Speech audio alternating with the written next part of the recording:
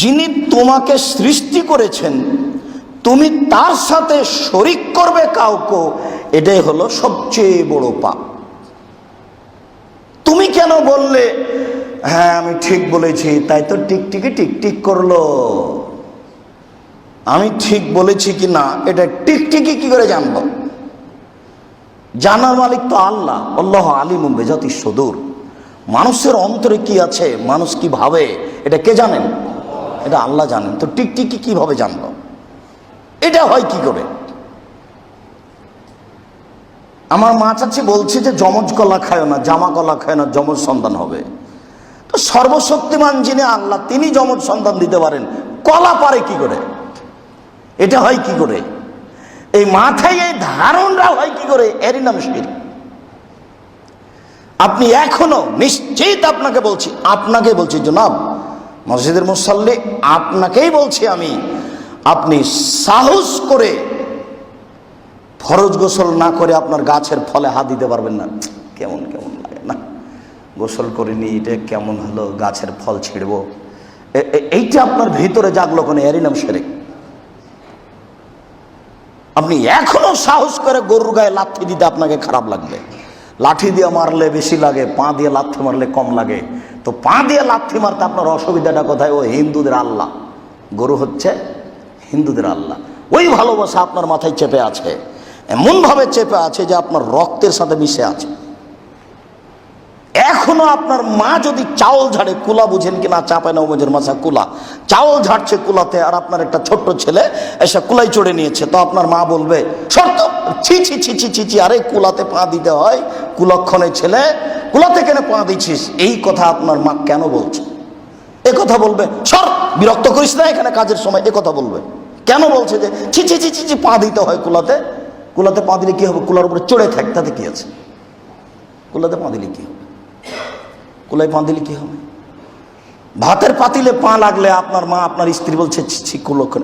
স্বামীর নাম ধরলে বলছে স্বামীকে নাকি খেয়ে নেই, ও নাকি ডাইনি, তাই স্বামীর নাম ধরা যাবে না।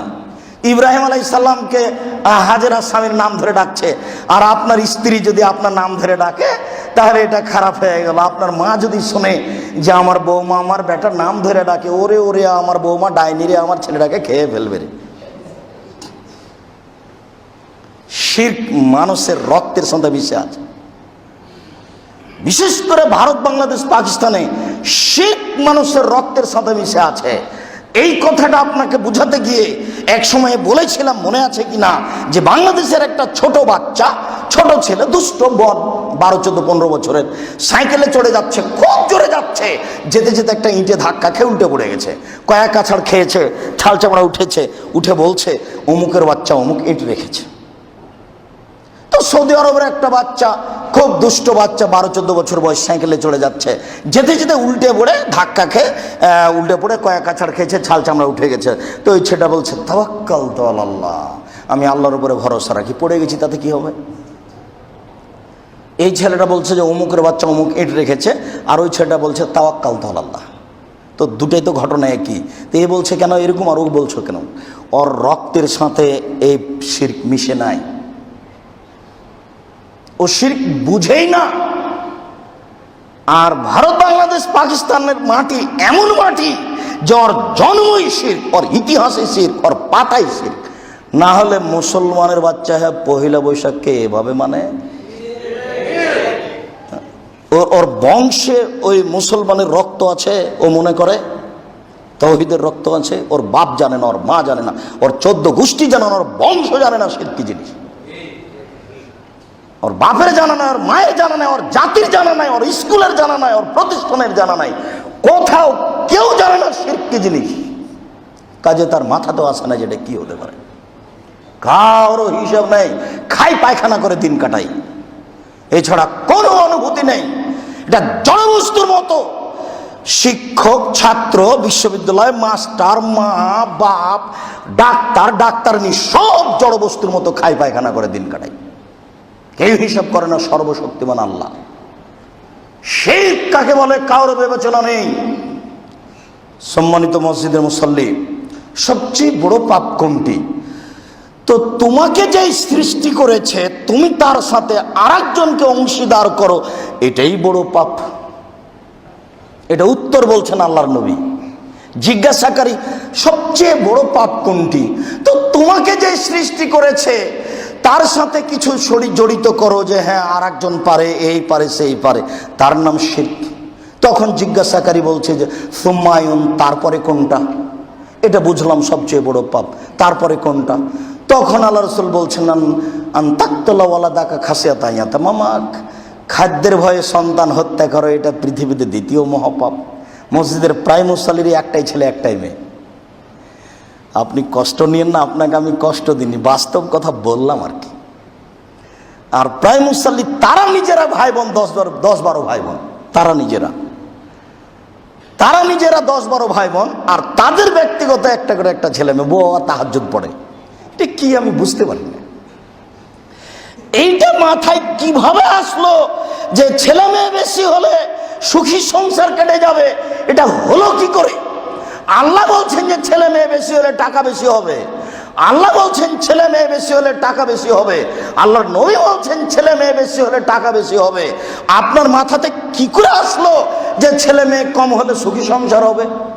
এটা হয় কি করে?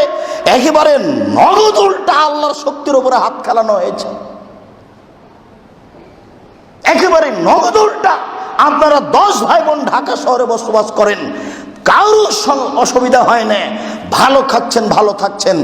আর একটা ছেলে একটা মেয়ে হলো, তার দুনিয়ার বদ শয়তান 10টা থেকে ওই পহেলা বৈশাখ মানে কোথায় কি করছে তার কোনো হিসাব নেই। ভুল হিসাব, সিদ্ধান্ত পরিবর্তন করতে হবে। রাসূল সাল্লাল্লাহু আলাইহি সাল্লাম যখন বলেছিলেন, জান্নাতের সিরিয়াল দিচ্ছিলেন, বলছেন নবীগণ জান্নাতে যাবেন, শহীদগণ জান্নাতে যাবেন, সত্যবাদীগণ জান্নাতে যাবেন, মহিলারা জান্নাতে যাবে। এই কথা বলার পরে মহিলারা জান্নাতে যাবে এই কথা বলে চুপ থাকেননি, সেখানে 3টে কথা বলেছেন। হ্যাঁ, তবে ওই সব মহিলারা জান্নাতে যাবে, 1 আল ওয়াদুদ, যারা স্বামীকে ভালোবাসা দিতে পারে, প্রেম দিতে পারে তারা। 2 যারা বেশি বেশি বাচ্চা দিতে পারে তারা। 3 স্বামী যদি রাগ করে তাহলে হাত ধরে বলে, যতক্ষণ পর্যন্ত আপনি খুশি না হবেন ততক্ষণ পর্যন্ত আমি এই দাঁত দিয়ে কোনো কিছু চাবাবো না। এরা হলো জান্নাতি নারী। তো বেশি বেশি বাচ্চা দিতে পারে। আল্লাহ রাসূল বলছেন ফানকাহুল ওদুদা ওয়াল ওলুদা, ওই সব মহিলাকে বিবাহ করো যারা বেশি বেশি বাচ্চা দিতে পারে। কেন? আনা মুকাসসিরুম বিকুম ইয়াউমাল কিয়ামা, আমি বিচারের মাঠে সব নবীর ওপরে গৌরব করব, আমার উম্মতের সংখ্যা অনেক অনেক অনেক বেশি। যারা 1টা 2টা বাচ্চা নেয় তারা কি নবীর সম্মানের খর্ব করলো না? তার মানের হানি করলো না? তাকে অপমান করলো না? কি বুঝাতে চাচ্ছেন আপনি? রাসূল সাল্লাল্লাহু আলাইহি সাল্লাম বলছেন আলাইকুম বিল আবকার, তোমরা কুমারী মেয়েকে বিবাহ করো। কেন কুমারী মেয়েকে বিবাহ করো? যার বিবাহ হয়নি, যে তালাকপ্রাপ্ত নয়, তাদেরকে বিবাহ করো। কুমারী মেয়েকে বিবাহ করলে 3টে সুবিধা আছে। 1 আজাবো আফুহান, তার মুখ মিঠে, আর একজন পুরুষ কেমন তার জানা নেই, ভালোটাও আপনার ভালো, মন্দটাও আপনার ভালো, যে আর একজন পুরুষকে বুঝে না, তার মুখ মিঠে। 2 ওয়ান্তাকো আরহামান, তার বাচ্চা হবে বেশি। যদি তালাকপ্রাপ্ত মেয়েকে বিবাহ করা যায় তাহলে আগের স্বামীর ছিল 4টে, আপনার হবে 3টে। কেন? তার পেটে ছিল মোট 7টা বাচ্চা, এখন তো কমে গেছে। এই জন্য কুমারী মেয়েকে বিবাহ করো, বাচ্চা বেশি হবে। অন্তাকো আরহামান, বাচ্চা বেশি হবে। 3 ওয়ারদা বিল ইয়াসিরে, অল্পতেই খুশি। আগের স্বামী যদি 10,000 টাকা দামের শাড়ি দিয়ে থাকে, আর এখন যদি আপনি 2,000 টাকা দামের শাড়ি দেন, বারবার 10,000 টাকা দামের শাড়ি মাথায় আঘাত করবে, কয়দিন পরে ভালোবাসায় ফাটাল ফেটে যাবে। কথার দাম আছে। এই কথা 3টে বলেছেন, একটা কথা কয়েক কোটি টাকা দাম। কুমারী মেয়েকে বিবাহ করো, 3টে সুবিধা আছে। তার একটা সুবিধা হলো তার বাচ্চা বেশি হবে। জিজ্ঞাসাকারী বলছেন সবচেয়ে বড় পাপ শিরক, এটা বুঝলাম, তারপরে কি? তখন আল্লাহ রাসূল বলছেন তারপরে হলো সন্তান হত্যা করা দ্বিতীয় মহাপাপ। আগে ছিল দ্বিতীয় মহাপাপ বাপ মার অবাধ্য চলা, এখন হয়ে গেল দ্বিতীয় মহাপাপ ছেলে মেয়েকে হত্যা করা। ছেলে মেয়ে বেশি হলে টাকা বেশি হবে, এ কথাই সত্য। দিন যত যাবে মানুষের টাকা তত বেশি হবে, এ কথা চূড়ান্ত সত্য। দিনের ভিতরে যেমন রাত ঢোকে নেই, দিন যেমন দিন, এই কথা যেমন সত্য। ছেলে মেয়ে বেশি হলে, মানুষ বেশি হলে টাকা বেশি হবে, এই কথা তেমনি সত্য। মানুষের টাকা এত বেশি হবে, ভিক্ষুক টাকা নেবে না, এ কথা মুহাম্মদ সাল্লাল্লাহু আলাইহি ওয়াসাল্লাম বলেছেন। আরব ভূখণ্ডে বালুতে পাথরে শস্য আদি গজাবে। রাসূল সাল্লাল্লাহু আলাইহি ওয়াসাল্লাম বলেছেন, একটা ডালিম খাবে একটা বংশ, আর একটা গাভীর দুধ খাবে একটা গ্রাম। এই কথা আপনাকে আমি শতদিন বলেছি। বাজারে 15 বছর পূর্বে একটা ডালিম পাওয়া যেত 1 ছটাক, এখন বাজারে একটা ডালিম পাওয়া যায় 1 কেজি। 15 বছর পূর্বে একটা গাভীর দুধ হতো হাফ কেজি থেকে 3 কেজি, এখন একটা গাভীর দুধ হয় 3 কেজি থেকে 40 কেজি। 15 বছর বয়সের মধ্যে যদি, 15 বছর সময়ের মধ্যে যদি 3 কেজি দুধ 40 কেজি যেতে পারে, 50 বছর পরে একটা গাভী কত দুধ দেবে তা আপনাকে আমি হিসাব দিতে পারবো না। 15 বছর বয়সের মধ্যে যদি একটা ডালিম 1 ছটাক থেকে 1 কেজি হতে পারে, 50 বছর পরে একটা ডালিম কত ওজনের হবে তা এখন আপনাকে আমি বুঝাতে পারবো না। তবে মুহাম্মদ সাল্লাল্লাহু আলাইহি ওয়াসাল্লাম বলেছেন, একটা ডালিম খাবে একটা বংশ, আর একটা গাভীর দুধ খাবে একটা গ্রাম। একটা গ্রামে একটা ইউনিয়ন 25-30 হাজার মানুষ থাকতে পারে, সবাই একটা গাভীর দুধ খাবে। আপনাকে আমি হিসাব দিতে পারবো গাভীর কত দুধ হবে? টাকা এমন ভাবে সমাজে ছড়িয়ে পড়বে, বন্যা যেমন ছড়িয়ে পড়ে, মানুষের অর্থ সম্পদ সেভাবে ছড়িয়ে পড়বে। 15 বছর পূর্বে মোবাইলে এত টাকা ইনকাম হবে কার জানা ছিল? 15 বছর পূর্বে এইভাবে মানুষের পয়সাপাতি বিভিন্ন দিক দিয়ে ইনকাম হবে, এটা কার জানা ছিল? যদি 15 বছরের মধ্যে এত টাকা ইনকাম হয়, তাহলে 50 বছর পূর্বে কত টাকা ইনকাম করবে মানুষ তা বলতে পারবে না। আপনি একটু দেখেন, রাসূল সাল্লাল্লাহু আলাইহি ওয়াসাল্লাম বলেছেন, বসেতাত আলাইকুমুদ দুনিয়া কামা বসেতাত মান কানা কাবলাকুম। পৃথিবী তোমাদের সামনে তুলে ধরা হবে, এ নাও খাও পৃথিবী। দেখবা খালি প্রযুক্তি আর প্রযুক্তি, দেখো পৃথিবী শুধু টাকা আর টাকা। এভাবে বলছেন, বসেতাত আলাইকুমুদ দুনিয়া, পৃথিবীকে তোমাদের সামনে এইভাবে তুলে ধরা হবে, দেখবে তোমরা টাকা আর টাকা, প্রযুক্তি আর প্রযুক্তি। তানাফাসুনা কামা তানাফাসুনা মান কামলা কাকরুম। তোমরা এই পৃথিবী উপার্জনে নেমে যাবা, প্রতিযোগিতা নেমে যাবা, কে কত টাকা ইনকাম করতে পারে। যেমন পূর্বের লোকেরা লেগে গেছিল, তোমরাও ধ্বংস হয়ে যাবে, পূর্বের মানুষ যেমন ধ্বংস হয়ে গেছে। বৈধ পন্থায় টাকা ইনকাম করা ঠিক, টাকার পরিবেশ বেশি হয়ে গেলে মানুষ আর বৈধ পন্থা খুঁজে পাবে না, তখন সে বুঝবে না কোনটা ঠিক আর কোনটা বেঠিক, তখন তার টাকার প্রয়োজন। টাকা ঠিক বেঠিক এই হিসাব বহু দূরে, কেউ ভাবে না টাকা বেঠিক না বেঠিক, শুধু খালি দেখছে টাকা আর টাকা। রাসূল সাল্লাল্লাহু আলাইহি ওয়াসাল্লাম এই কথা বলছেন, মানুষ দেখবে শুধু টাকা আর টাকা, আর তা বাড়বেই।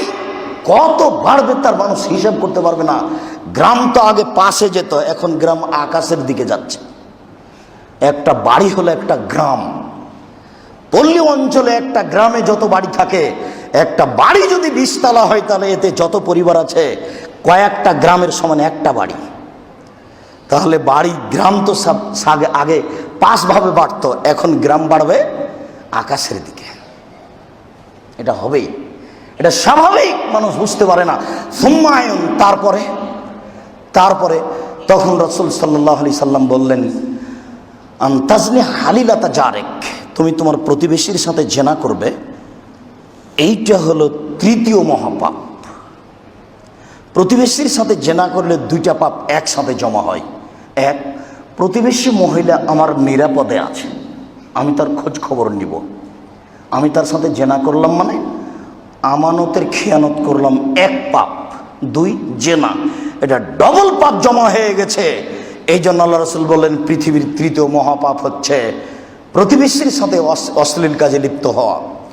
আবু হুরায়রা রাদিয়াল্লাহু তাআলা আনহু বলেন, রাসূল সাল্লাল্লাহু আলাইহি সাল্লাম বললেন, ইজতানিবু সাবাল মুবিকাত, পৃথিবীর মানুষ, তোমরা 7টা ধ্বংসাত্মক জিনিস থেকে বেঁচে থাকো।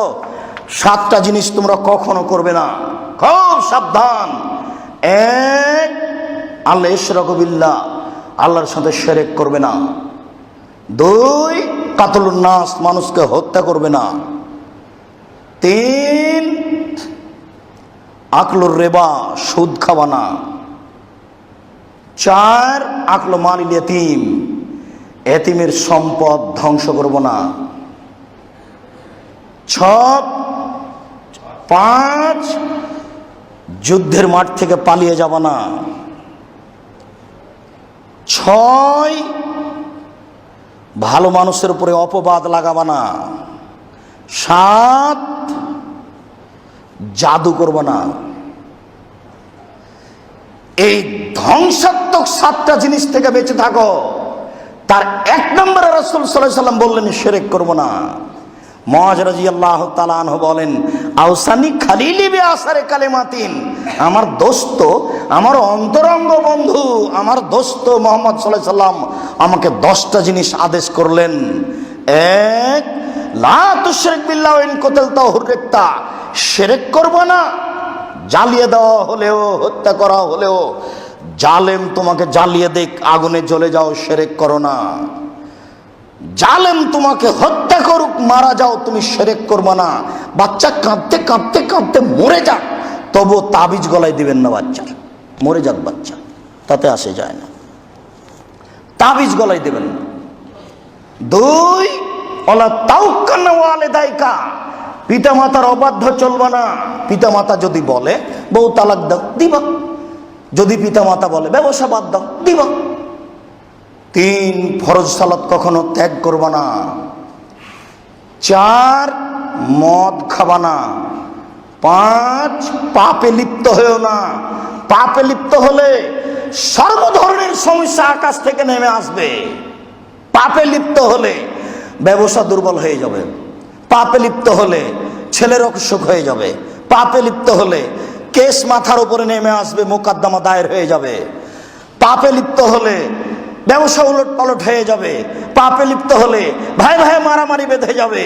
পাপে লিপ্ত হলে কোন দিক দিয়ে যে কি হবে আপনি বুঝতে পারবেন না। ইয়াকুল মাসিয়াত ফাইনাবিল মাসিয়াত আল্লাহ সাকাতুল্লাহ, তোমরা পাপ করো না, তোমরা পাপ করো না। পাপ করলে আল্লাহর অসন্তুষ্টি নেমে আসে, সব বিপদ তোমার উপরে চেপে আসবে।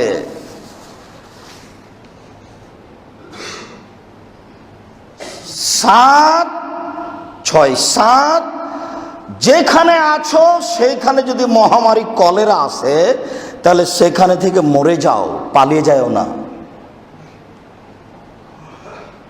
যুদ্ধের মাঠ থেকে পালিয়ে যাও না। ছেলে মেয়েকে উপার্জন করে খাওয়াও, সময়ে ছেলে মেয়ের উপরে লাঠি ব্যবহার করো, ছেলে মেয়েকে আল্লাহর ভয় দেখাও। এই 10টি উপদেশ দিলেন, তার 1 নম্বরে আছে শিরক করো না। বিচারের মাঠে আল্লাহ তাআলা আদম সন্তানকে ডেকে বলবেন, ইবনা আদম, এ আদমের ছেলে মেয়ে শোনো, লা তাআতাকা বিকুরাবিল আরজি খাতায়া সুম্মা লাকিতানি লা তুশরিকু বি শাইআ, আজ যদি তোমরা উপস্থিত হও আকাশ জমিন পরিমাণ পাপ নিয়ে, তোমাদের পাপ আর পাপ, তোমাদের পাপে আকাশ জমিন পরিপূর্ণ হয়ে আছে। যেই পরিমাণ পাপ নিয়ে এসেছ আমি আল্লাহ বিচারের মাঠে, সেই পরিমাণ ক্ষমা নিয়ে এসেছি যদি শিরক না থাকে। তোমার পাপ যত আমার ক্ষমা তত, তোমার পাপ যত আমার ক্ষমা তত, তোমার পাপ যত আমার ক্ষমা তত। যদি শিরক না থাকে, তোমার পাপ যেই পরিমাণ আমার ক্ষমা সেই পরিমাণ, তোমার পাপ যেই পরিমাণ আমার ক্ষমা সেই পরিমাণ, যদি শিরক না থাকে। সম্মানিত মসজিদের মুসল্লি, শিরক একটা পৃথিবীতে ব্যতিক্রম পাপ, যা থেকে প্রত্যেকটা পুরুষ নারীকে সাবধান থাকতে হবে। শুধুমাত্র যদি শিরক থেকে মানুষ মুক্ত থাকতে পারে, বিচার মাঠে জান্নাত হবে ইনশাআল্লাহ, নিশ্চিত। আপনি মেনে রাখুন, একটা বিশ্বাস রাখুন। আল্লাহ তুমি আমাদেরকে বুঝার আমল করার তৌফিক দান করো। আল্লাহুম্মা আল্লাহুম্মা সাল্লি আলাইহি ওয়া বারিক আলাইহি।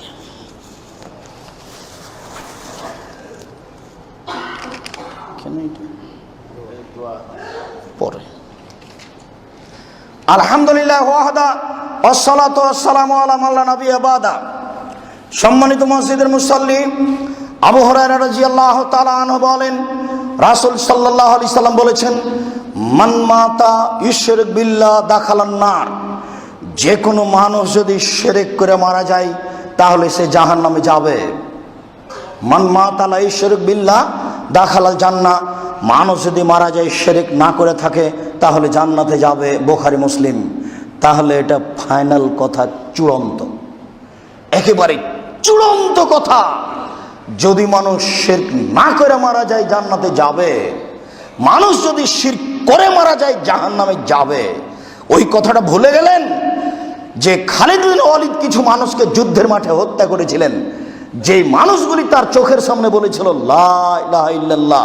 তখন খালিদ বিন ওয়ালিদ বলেছিলেন, বেটা আমার তরবারির ভয়ে লা ইলাহা ইল্লাল্লাহ বলো, আগে তো বলনি, এখন লা ইলাহা ইল্লাল্লাহ বলছো। দিয়ে সবকে তিনি হত্যা করেছিলেন। এই খবর আল্লাহর নবীর কাছে পৌঁছিল। আল্লাহর নবী বলেছিলেন, আল্লাহ আমি খালিদের কর্মের ব্যাপারে আমি মুক্ত, আমি খালিদকে এই কথা বলিনি। তুমি খালিদের সাথে কি আচরণ করবে তুমি জানো। এই কথা আল্লাহর নবী আগে আল্লাহকে বললেন, এরপর আল্লাহর নবী খালিদকে বলছেন, হাল সাকাত্তা কালবাহুম, তুমি কি তাদের অন্তর চিরে দেখেছিলে? তোমার তরবারির ভয়ে তারা লা ইলাহা ইল্লাল্লাহ বলেছে না সত্য সত্যই লা ইলাহা ইল্লাল্লাহ বলেছে, এই ফয়সালা তুমি করলে কি করে? তুমি কি তাদের অন্তর চিরে দেখেছিলে? লা ইলাহা ইল্লাল্লাহ বলেছে মানে অতীতে যত পাপ করেছে সব পাপ কাটা গেছে, ও এখন জান্নাতে যাবে।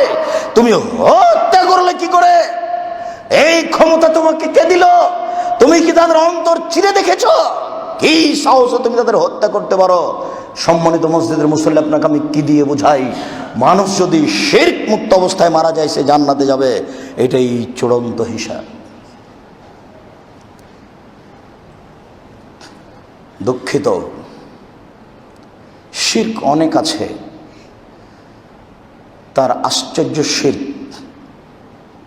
সাওবান রাদিয়াল্লাহু তাআলা আনহু বলেন, রাসূল সাল্লাল্লাহু আলাইহি সাল্লাম বলেছেন, ইন্না আতাখাওয়াফু আলা উম্মতি, আমার উম্মতের উপরে আমি তিনটা বিষয়ে ভয় করি। আমার উম্মতের উপরে আমি তিনটা বিষয়ে ভয় করি। এক, আইম্মাতাম মুজিল্লিন, ভ্রান্ত হুজুর। হুজুর হবেন ভ্রান্ত, এটাই আমার ভয়। এটাই আমার ভয় যে হুজুর দিয়ে শিরক চালু হবে, শিরক। হুজুর দিয়ে বেদাত চালু হবে, হুজুর দিয়ে পাপ চালু হবে, এটাই আমার ভয়। হুজুরের ব্যাপারে আল্লাহর নবী যত কঠিন কথা বলেছেন, আর কোন পাপীর ব্যাপারে এত কঠিন কথা বলেছেন তা আমার জানা নেই। আল্লাহ নবী বলছেন, আমি কতগুলো লোককে দেখলাম যাদের ঠোঁট এবং জিহ্বাকে কেটে নেওয়া হচ্ছে। আমি বললাম, জিবরাইল এরা কারা? তখন জিবরাইল আলাইহিস সালাম বলছেন, এরা আপনার উম্মতের বক্তা, যারা বক্তৃতা করে বেড়ায় তারা। পৃথিবীর কোনো মানুষের, কোনো পাপীর, সে যত বড়ই পাপ করুক না কেন, তার ঠোঁট জিহ্বা কেটে নেওয়া হবে না হুজুর ছাড়া, সে যত বড়ই পাপ করুক। আল্লাহ নবী বলছেন, দেখি একটা লোককে পাথর দিয়ে মাথা ফাটিয়ে দেওয়া হচ্ছে। আমি বললাম, ঘটনা কি, এ কে? তখন জিবরাইল বলছেন, উনি হচ্ছেন হুজুর, তার মাথা ফাটিয়ে দেওয়া হচ্ছে। পৃথিবীর কোনো পাপীর মাথা ফাটিয়ে দেওয়া হবে এইভাবে তা করা হবে না, জাহান্নামে দেওয়া হবে।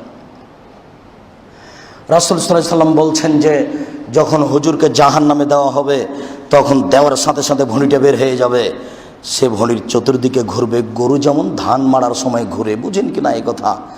তো সব জাহান্নামী জমা হয়ে বলবো, হুজুর কি ব্যাপার, আপনি যে আমাদের ভালো কথা বলছিলেন আর মন্দ থেকে নিষেধ করছিলেন।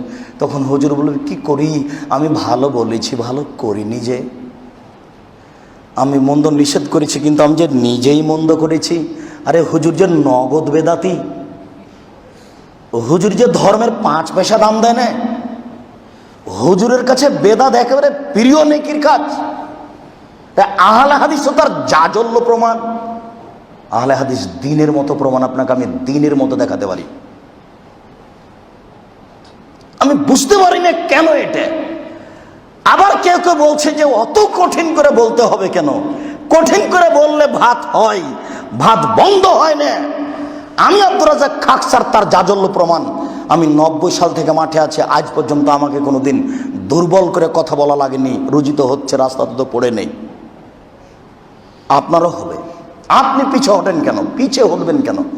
কোন স্বার্থে পিছে হটবেন? স্বার্থ কি আছে এমন? হুজুর বলেছে, করেনি, এই জন্য এখানে।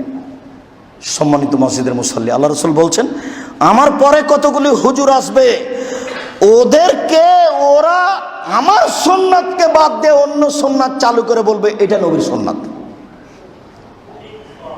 এই কথাটাকে আপনি কি মনে করেন? হাদিস তো বুখারী মুসলিমের। আমার সুন্নাতকে বাদ দিয়ে আরেকটা চালু করে বলবে এটা রাসূলের সুন্নাত। যেমন আপনাদেরই ওই কবরস্থানে গিয়ে সবাই মিলে হাত তুলে দোয়া করা। এই মসজিদও অনেক বেদাত আছে, সব বন্ধ হয়ে যায়, এটাই চাচ্ছি। আব্দুর রাজ্জাক সাহেব আমাদের কি কিছু বলতে চাইলেন? না, আমি বলতে চাচ্ছি না, তবে যা হচ্ছে তা ছেড়ে দেওয়ার জন্য আন্তরিকভাবে অনুরোধ করছি। আপনি ছেড়ে দিতে বাধ্য, কাউকে বলা লাগবে না। কে মানছে কে মানে এটা দেখা পড়ে। আল্লাহ রাসূল বলছেন, ওই আলেম, ওকে দেখতে লাগে মানুষ, ওর অন্তর হলো শয়তানের অন্তর। কলবুহুম কলবু শায়তান ফি জিসমিন ইনসিন। ওকে দেখতে লাগে অন্তর, ওর অন্তর হলো, ওকে দেখতে লাগে মানুষ, ওর অন্তর হলো শয়তানের অন্তর। ওকে দেখতে লাগে মানুষ, ওর অন্তর হলো শয়তানের অন্তর। বুখারী মুসলিম। কি দিয়ে বুঝায় আপনাকে? এত বড় কঠিন কথা পৃথিবীর কোনো পাপীকে আল্লাহ নবী বলেননি। জেনা করলে বলেননি, চুরি করলে বলেননি, শিরক করলে বলেননি। আল্লাহ নবী বলছেন, হুজুরকে দেখতে লাগে মানুষ, হুজুরের অন্তর শয়তানের অন্তর।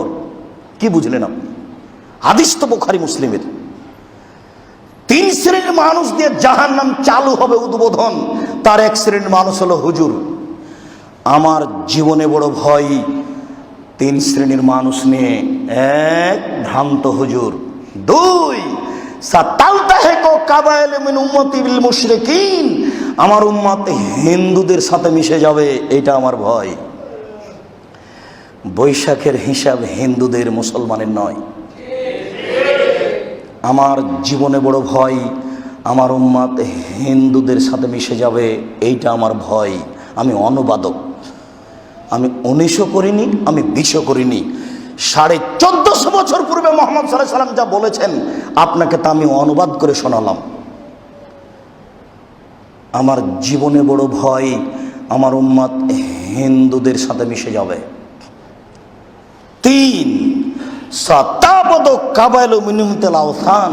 আমার উম্মত মূর্তি পূজা করবে, আমার উম্মত মূর্তি পূজা করবে। আপনার বাড়িতে ছবি মূর্তি আছে, আমি তার সাক্ষী। আপনি এই মসজিদের মুসল্লি, এখন আমি সাক্ষী। আপনার বাড়িতে এখনো শোকেজের উপরে ছবি মূর্তি আছে, আমি তার সাক্ষী, আমি নিজে দেখেছি। আপনি আমাকে ঢাকতে চাচ্ছেন?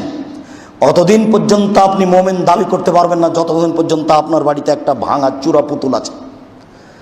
এইখানে দাঁড়িয়ে আপনাকে আমি শতদিন বলেছি, ওই মাছের আকৃতিতে যাই আয়না আছে যেটা সাদ করে কিনেছেন, ওই আয়নাটাকে স্বাভাবিক ভাঙলে হবে না। আয়নাটা ফেলে দিয়ে এভাবে লাথি দিয়ে করতে হবে, গুঁড়ে দিতে হবে। আয়না তোকে লাথি দিয়ে গোড়াই, আমি এভাবে গুঁড়ে দিতে হবে। তার পূর্ব পর্যন্ত নিজেকে মুমিন মনে ভুল হিসাব, সিদ্ধান্ত পরিবর্তন করতে হবে যে কোনো মূল্যে। ভুল হিসাব। মসজিদ থেকে বের হয়ে বাড়িতে ঢোকার পরে প্রথম কাজ, বাড়িতে যত ছবি মূর্তি পুতুল আছে সবকে জ্বালানাদের নিচে ফেলতে হবে, তারপরে কোনো কথা। ভুল হিসাব। সিদ্ধান্ত পরিবর্তন করুন। আপনি মানলেই কি আর না মানলেই কি, কথা এটাই চূড়ান্ত। রাসূল সাল্লাল্লাহু আলাইহি ওয়াসাল্লাম বলেন, আমার জীবনে বড় ভয়, আমার উম্মত মূর্তি পূজা করবে, ছবি মূর্তি পুতুলকে সম্মান করবে। সম্মানিত মসজিদের মুসাল্লি, আজকের আলোচনার শেষ হাদিস। মাররা নবী সাল্লাল্লাহু আলাইহি ওয়াসাল্লাম বিশাজারাতিন লিল মুশরিকিনা। আল্লাহর নবী একদিন একটা মুশরিকের গাছের পাশ দিয়ে যাচ্ছিল। হিন্দুদের একটা গাছ ছিল, সেই গাছের পাশ দিয়ে যাচ্ছিল। সে গাছটাতে হিন্দুরা কি করতো? ইউকালুলাহা জাত আনমাত। সেই গাছটার নাম হলো জাত আনমাত। জাত আনমাত, আনমাত, এই গাছটার নাম হলো জাত আনমাত।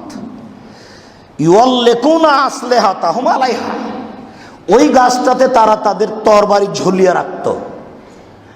তাহলে অন্য গাছে ঝুলাতো না, এতে একটা সুবিধা আছে, এই গাছে তরবারি ঝুলালে যুদ্ধে জয়ী হব, এটাই ধারণা। নইলে মানুষ পীর সাহেবকে টাকা দেওয়ার পরে নির্বাচনে দাঁড়ায় কেন? পীর সাহেবকে টাকা দিলে নির্বাচনে সুবিধা হবে, হুজুরকে টাকা দিলে দোয়া করে দিবে। তো তরবারি ঝুলাতো তাদের, এটা হলো তাদের কাজ। তো সাহাবীগণ বলছেন, আল্লাহর নবী ইজ আল্লাহ না দাতা আনমাতিন কামালাহম জাত আনমাতিন, আমাদের জন্য এরকম একটা গাছ নির্ধারণ করে দেন না, ওদের যেমন আছে তা আমাদের জন্য একটা গাছ নির্ধারণ করে দেন, আমরা সেখানে বসবো, আমরা তরবারি ঝুলাবো, তাদের যদি সুবিধা হয় আমাদেরও হবে। তখন আল্লাহ রাসূল বলছেন, সুবহানাল্লাহ সুবহানাল্লাহ, বাপ রে বাপ, বলো কি আশ্চর্য কথা, কৌলুকুম কৌলু আসহাবে মুসা, তোমাদের কথা মুসার সম্প্রদায়ের মতো। মুসার সম্প্রদায় বলেছিল ওদের আছে মূর্তি, আল্লাহ তুমি মুসা আমাদের জন্য একটা মূর্তি করে দাও, আল্লাহ করে দাও। পৃথিবীতে আমরা মূর্তি হিসেবে আল্লাহ দেখতে চাই। মুসার সম্প্রদায় মুসাকে বলেছিল, তোমরা আমাকে এইভাবে বললে, তোমরা মুসার সম্প্রদায়ের মতো, তোমরা আমাকে বলো তাদের জন্য একটা গাছ করে দাও। এই গাছের সুবিধা কি? কেন আপনাকে জন্মদিবস পালন করতে হবে? আব্দুর রাজ্জাক সাহেব, আপনি দিবসকে শিরক বলেন কেন? শিরক বলি এই জন্য, এই জন্য, এই হাদিস বুখারী মুসলিমের হাদিস। পহিলা বৈশাখে আপনার কি আছে? এই দিন সুবিধা হলে, হাসলে, নাচলে, ল্যাংটা হলে, জেনা করলে সারা বছর সুবিধা পাবেন, এটা কি দিয়ে বুঝলেন? দৌড়াদৌড়ি করলে, গালে পহিলা বৈশাখ লেখলে, জেনা করলে, এইভাবে ঢোল বাজালে এতে কল্যাণ আছে, এটা আপনি কি দিয়ে বুঝলেন? বুঝেছেন তো, এই জন্য শিরক। একে সম্মান করেছেন জেনা দিয়ে, ভালো। একে সম্মান করেছেন বাজনা দিয়ে, হলো। একে সম্মান করেছেন কাপড় খুলে দিয়ে, তো হলো, তো করেন। এটাই যদি সম্মানের ব্যাপার হয় তাহলে করেন। এটাই হলো জাহেলিয়াত, এটাই হলো বন্যতা, এটাই হলো বর্বরতা, এটা হলো অসভ্যতা। এই জাতির কাছে বিদ্যা বুদ্ধি আছে এ কথা মিথ্যে, এই জাতির কাছে বিদ্যা বুদ্ধি নেই এ কথাই চূড়ান্ত। সম্মানিত মসজিদের মুসল্লি, এগুলো সব শিরক। আপনাকে অত্র বুখারী মুসলিমের হাদিসটা পেশ করে বারবার বোঝাতে চেয়েছি, যেটুকু পারেন ঘৃণা করেন। বেঁচে থাকার তিনটা পথ, এক, বন্ধ কর, চামড়া তুলে দেবো, এ হলো এক। দুই, এটা ঠিক নয় গো, করো না। তিন, যা পারছে করুক, বাধা তো দিতে পারি না। বুঝাতে পারলাম না মনে হয়? বেঁচে থাকার পথ কয়টা? তিনটে, বুখারী মুসলিম। এক, এই দাঁত ভেঙে দেবো, এটা কেন? দুই, এটা ঠিক নয়। তিন, আচ্ছা, বুঝতে পারেননি কথা? জি, এটা তিনটে পথ। অন্তর দিয়ে ঘৃণা জানাতে হবে, তখনও আপনি মোমেন। অন্তর দিয়ে ঘৃণা করছেন তখনও আপনি মোমেন। জোর দিয়ে ঠেকেছেন তখন আপনি নগদ মোমেন। মুখে বাধা দিয়েছেন তখনও আপনি মোমেন। কিছুই করতে পারলেন না, ঘৃণা করে সরে গেলেন, তখন আপনি মোমেন। তাহলে কিয়ামত পর্যন্ত বৈধভাবে বেঁচে থাকার পথ আছে।